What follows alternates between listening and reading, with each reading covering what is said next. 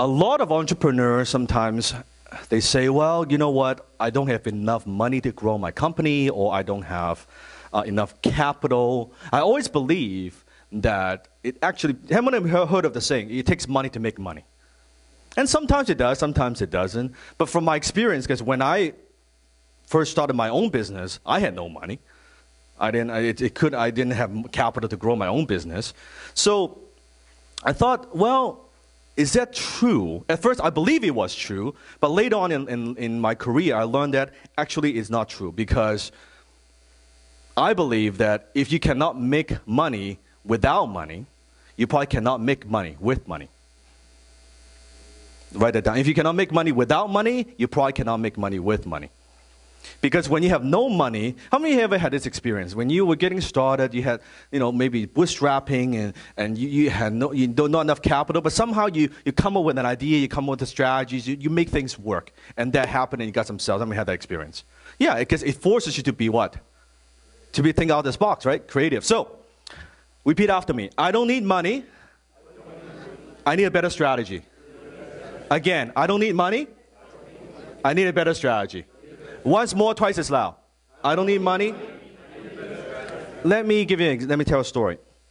There was this flower shop owner. His name is Matt.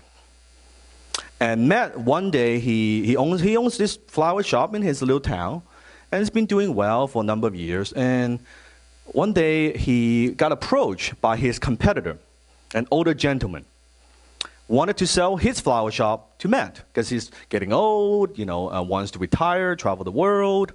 And Matt said, well, okay, if I buy this flower shop, I would own both flower shop in town, and basically I'll be monopoly. Everybody would be buying from me only.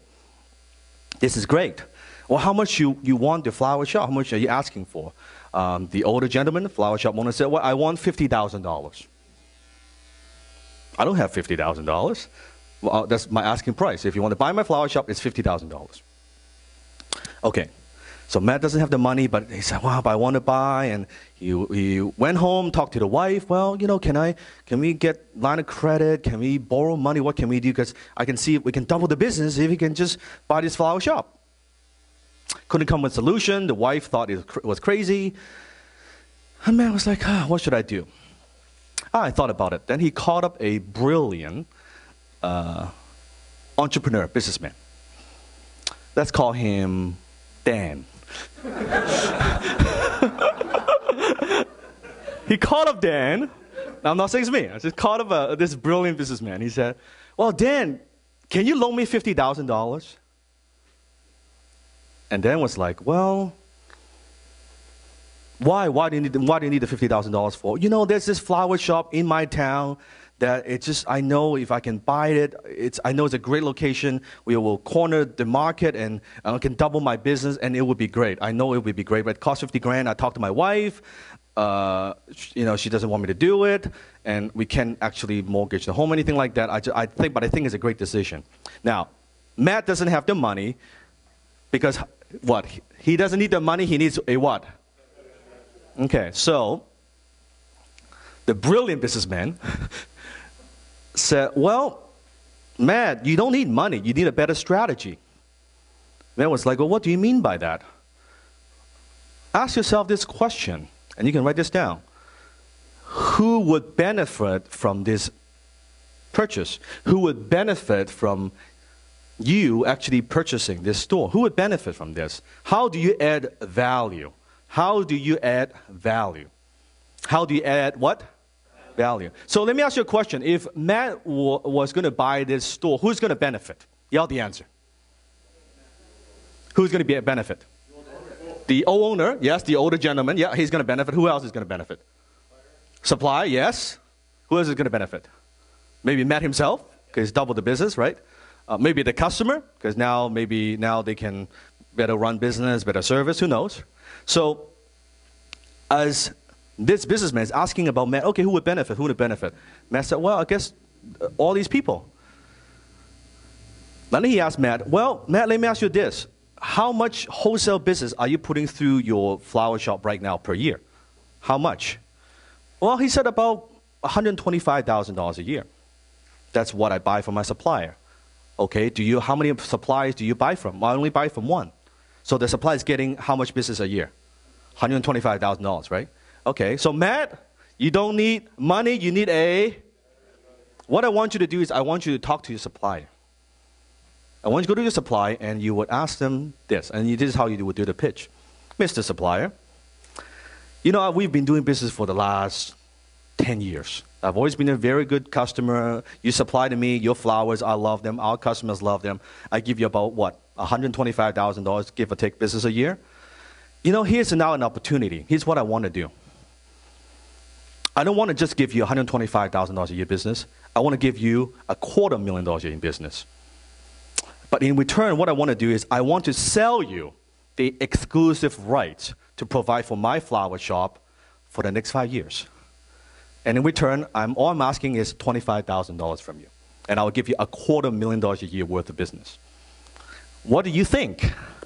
Now, what does the supplier say? Like, no brainer, right? $225 grand, $250,000 a year business. No brainer. Great. Got the 25 grand now, right? Goes back to the older gentleman, the old flower shop owner, and said, well, you know, you were thinking of selling a shop, and I want to buy it, and you were asking how much? You know, I've been thinking about it. Instead of giving $50,000, the older guy's thinking, that guy's going to grind me now. He's going to negotiate. I don't want to give you $50,000. I want to give you $60,000. What? Yes, I don't want to give you $50,000. I want to give you $60,000. But why is that? Well, what I need is, you see, I've got $25,000 here. I give you $25,000 right now. The rest, can we work out some sort of installment plan? I'll give you 60 grand if you give me better terms. Now think of the 10 grand you make extra, and even if you get the 50 grand, you probably put in the bank and get very little interest rate anyway. Right now, 50 grand, you just instantly make 10 grand. Now, what is this older flower shop owner is going to say? Yes, no brainer. Let's do that. Okay, great. So 25 grand. Got the shop. How much of his own money has he used so far? None. 25, got the shop, corner the market, double the business, make it more efficient, operate better, do better marketing, whatever it might be. Double the business now, $250,000 now he could afford it for the monthly payment to the old owner, right? Now, let me ask you the question. Is this old owner happy? Yes or no? Yes. Okay. Is the supplier happy? Yes. Is Matt happy? Yes. Because you don't need money, you need a better. That's what I'm talking about. The outside of the box. People say, I don't have money. Well, what are you doing? Who would benefit from seeing you succeed? Who would benefit from the transaction? Who would benefit from the deal? And you can leverage other people's time, other people's money. And at the end of the day, what I believe, the difference between a great entrepreneur and an average entrepreneur, a great entrepreneur just knows more ways or have more context or have more strategies or thinking outside the box. They know how to leverage. If we boil down to one word, it's leverage. It's just leverage. Other people's money, other people's time, other people's expertise, all of that. So take 2 minutes. How long? 2 minutes. Discuss what I've just said about and how you can apply this in your own business. I just amount the table. 2 minutes, go. 10 times your finances, 10 times your business, 10 times your marketing, 10 times your life. Hit the subscribe button now.